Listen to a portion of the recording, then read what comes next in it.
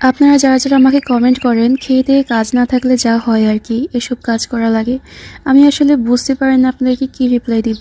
সব মেয়েদের ঘরে বসে কিছু করা উচিত, বিশেষ করে যারা বাইরে যেতে পারে না বা বাইরে যেয়ে চাকরি করার কোনো পরিস্থিতি নেই, তাদের ঘরে বসে অন্তত কন্টেন্ট ক্রিয়েশন করে কিছু উপার্জন করা উচিত। এটাও এক ধরনের চাকরি, এটা এক ধরনের কাজ। আমি মনে করি প্রত্যেকটা মেয়েরই নিচে পায়ে দাঁড়ানো উচিত, অন্তত নিজের টাকা দিয়ে একটা বাড়ি দাঁড় করানো উচিত। কারণ কি জানেন, মেয়েদের নিজস্ব কোনো বাড়ি হয় না। বাবার বাড়িতে মেহমান, শ্বশুর বাড়িতে পরের মেয়ে। মেয়েদের পরিচয় দিন শেষে এতটুকুই। নিজের মতো করে মেয়েরা কোথাও অধিকার খাটাতে পারে না। আচ্ছা, আপনি কখনো এমন পরিস্থিতির মুখোমুখি হয়েছেন যে বাড়িতে আপনার সম্পূর্ণ অধিকার আছে, সে বাড়িতেও আপনাকে শুনতে হয়েছে এটা তোমার বাড়ি না যে তুমি যা খুশি তাই করবে, যা খুশি তাই বলবে? তাই আমি বলি, মেয়েদের নিজের টাকায় অন্তত একটা বাড়ি দাঁড় করানো উচিত।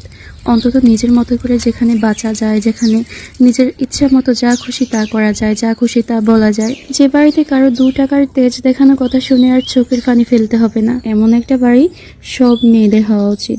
সেদিন তো আমাকে একজন এমন কমেন্ট করেছিল যে ফেসবুক থেকে টাকা দিচ্ছে, ডলার দিচ্ছে, এই জন্য যে উঠে পড়ে লাগতে হবে এমন কোনো কথা নেই।